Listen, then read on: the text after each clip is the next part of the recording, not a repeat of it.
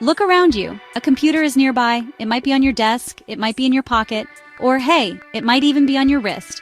These machines are a big part of our daily lives. We use them to talk to friends, to learn new things, to watch movies, and, to play games. They help us work, create, and explore worlds we have never seen. But have you ever stopped to wonder where these amazing devices came from? They did not just appear one day. Their story is a long and exciting journey. It is a story filled with brilliant ideas, secret projects, and surprising heroes. The story of the computer is not just a story about machines. It is a story about people. It is about dreamers who saw a future that no one else could imagine. It is about inventors who worked in garages and basements trying to build something new. It is about teams of people, men and women, who came together to solve very hard problems. They all shared a common goal. They wanted to create a tool that could help the human mind. They wanted to build a machine that could calculate, remember, and even think. This journey started a very long time ago, long before the internet and long before smartphones existed. Our tale begins not with electricity or silicon chips, but with something far more ordinary: thread. It starts in France in the early 1800s. A man named Joseph Marie Jacquard had a clever idea. He wanted to make beautiful patterns in cloth automatically. He invented a special loom, a machine for weaving. This loom used cards with holes punched in them. The pattern of holes told the loom which threads to lift. This created complex designs without a human weaver needing to remember every step. It was a machine that could follow instructions. It was a machine that could read a program from a punch card. This simple idea was revolutionary. It showed that a machine could be programmed to do a complex task. The Jacquard loom was a machine for making textiles, but the idea behind it was much bigger. It planted a seed. It was the first hint that information could be stored as a pattern of holes. It suggested that a machine could follow a set of instructions, a program, to perform work. This was one of the very first steps on the long road to the modern computer. It was a mechanical device, but it held the ghost of a digital future, whispering about a time when machines would do more than just weave cloth. The idea of a programmable machine inspired a brilliant man in England. His name was Charles Babbage. Babbage was a mathematician and an inventor. He was frustrated by the many errors he found in math tables. These tables were calculated by hand, and people often made mistakes. Babbage dreamed of a machine that could calculate perfectly every time. In the 1820s, he designed a machine called the difference engine. It was a massive, complex calculator made of gears and wheels.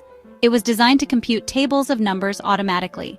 He wanted to remove human error from mathematics. Babbage's vision was grand. He spent many years and a lot of money trying to build his difference engine.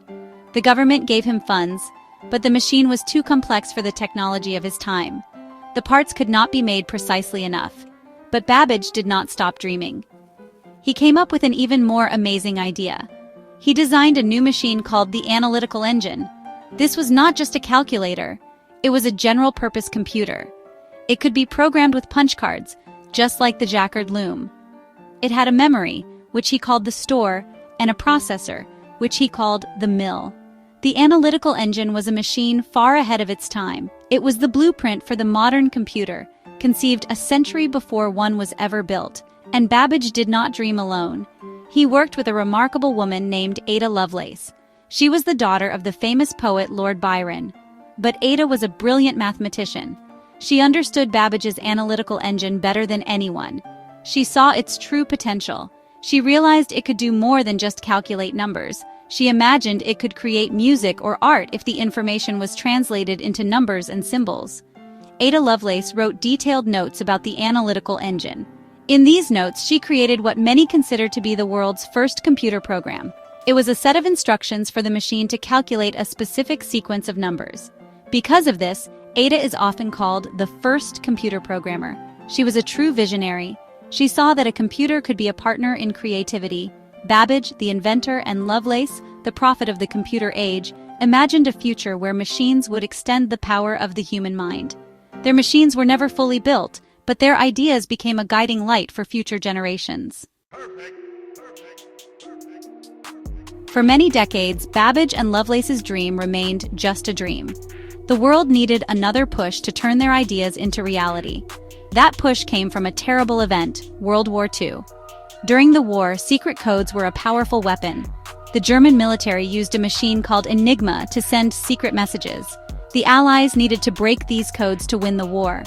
This urgent need led to the creation of the first electronic computers. In Britain, a team of brilliant minds gathered at a secret location called Bletchley Park. They were mathematicians, linguists, and engineers. One of the most important people at Bletchley Park was Alan Turing. Turing was a mathematical genius. He had already written a paper in 1936 that described a theoretical machine, now called a Turing machine.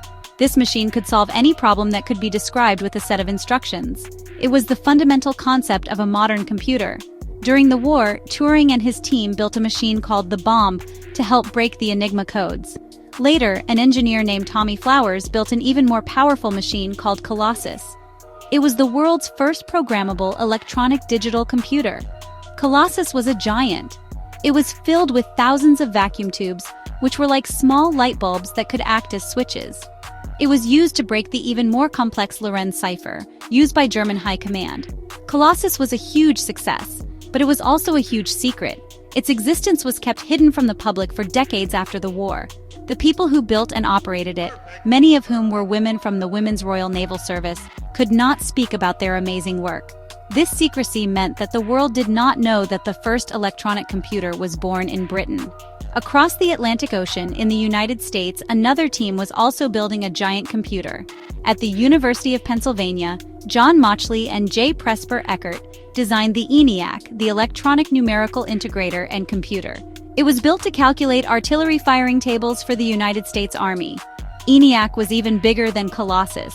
It was a monster of a machine that filled a huge room, weighed 30 tons, and used over 17,000 vacuum tubes. The job of programming ENIAC was given to a group of 6 brilliant women mathematicians. People like Jean Bardick and Kay McNulty were the original computers, a term once used for people who did calculations. They were the world's first professional digital programmers, but their crucial role was often forgotten in the history books. The first computers, like ENIAC, were giants. They were expensive, used a lot of power, and were not very reliable. The vacuum tubes they used would often burn out. A big change was needed to make computers smaller, faster, and cheaper. That change came with the invention of the transistor in 1947 at Bell Labs. The transistor was a tiny switch that could replace the big, hot vacuum tubes. It was a revolutionary invention that won its creators the Nobel Prize. The transistor made it possible to build smaller and more powerful computers for businesses, like the ones made by IBM. The next big leap was even more incredible. In the late 1950s, 2 engineers had the same brilliant idea at almost the same time. Jack Kilby at Texas Instruments and Robert Noyce at Fairchild Semiconductor independently invented the integrated circuit. This was the idea of putting many transistors and other electronic parts onto a single tiny piece of silicon.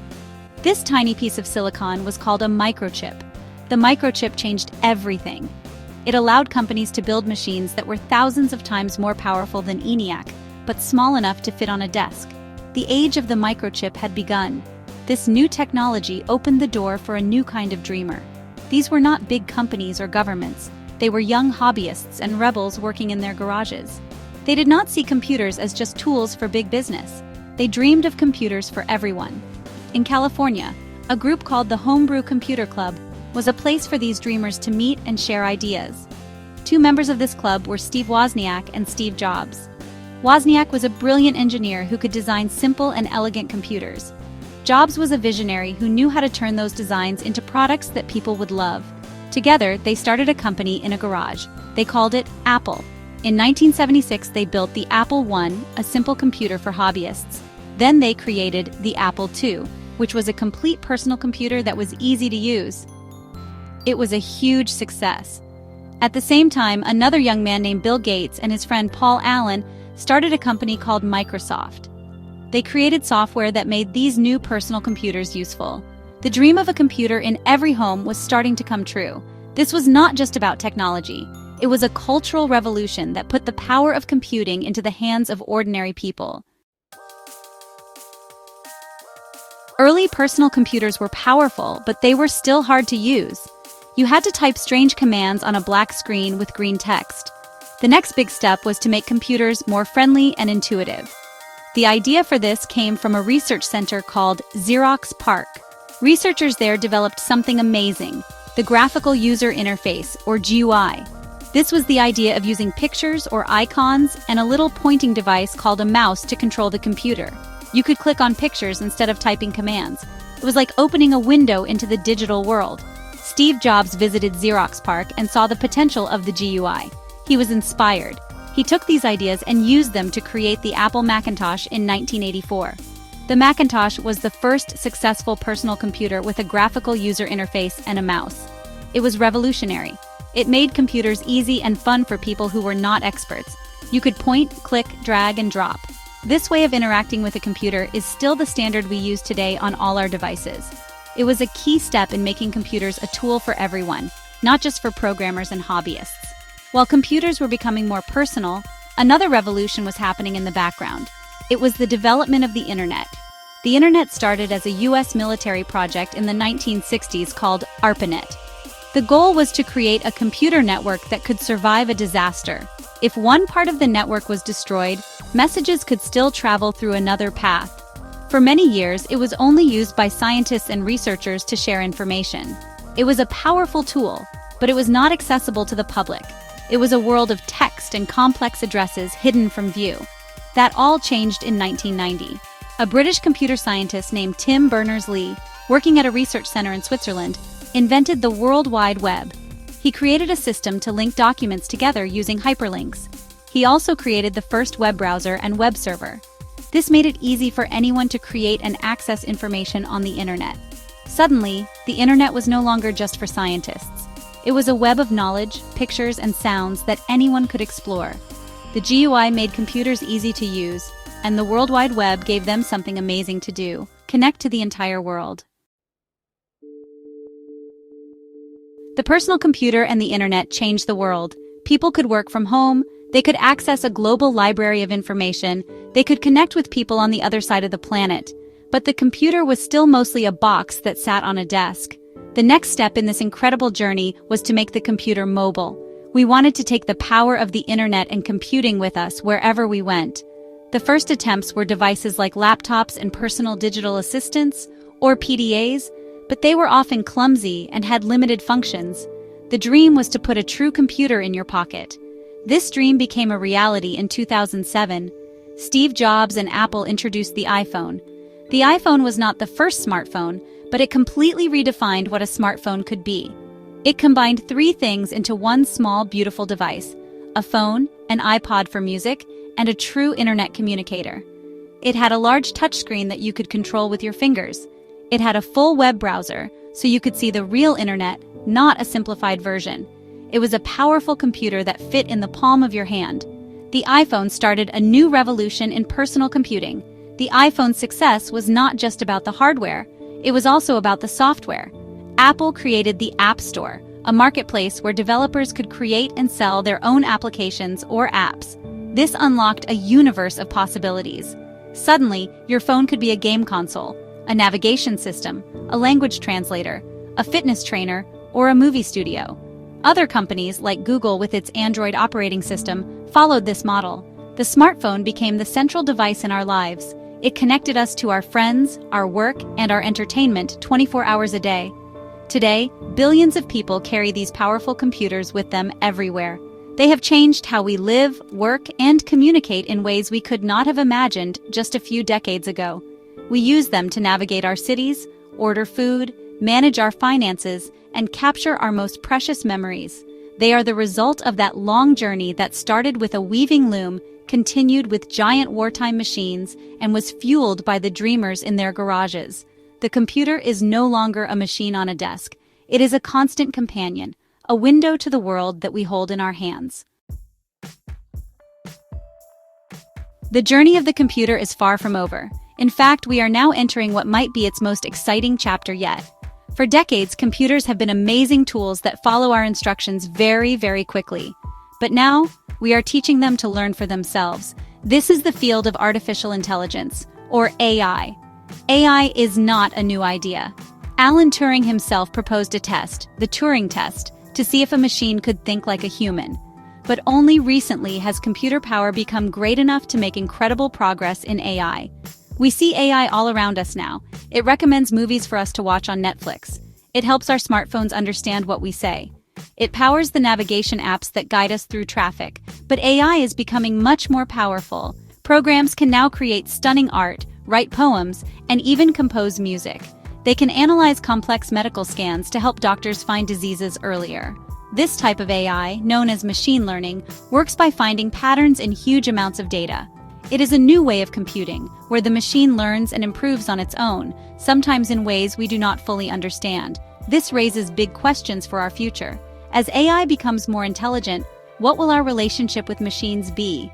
Will they be our partners, helping us solve the world's biggest problems like climate change and disease? Or could they become something more, something that challenges our own place in the world? We are at the beginning of a new era. We need to think carefully about how we build and use these powerful new tools. The story of computing has always been a story of people making choices, and the choices we make about AI will shape the future of humanity. And even beyond AI, a new kind of computer is on the horizon.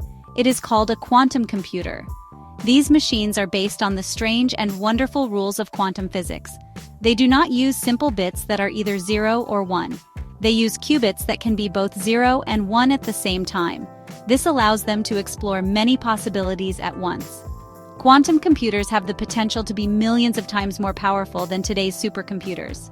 They could help us discover new medicines, create new materials, and solve mysteries about the universe. The journey that began with punch cards and vacuum tubes is now leading us into the quantum realm, a future more amazing than any of the early pioneers could have ever dreamed.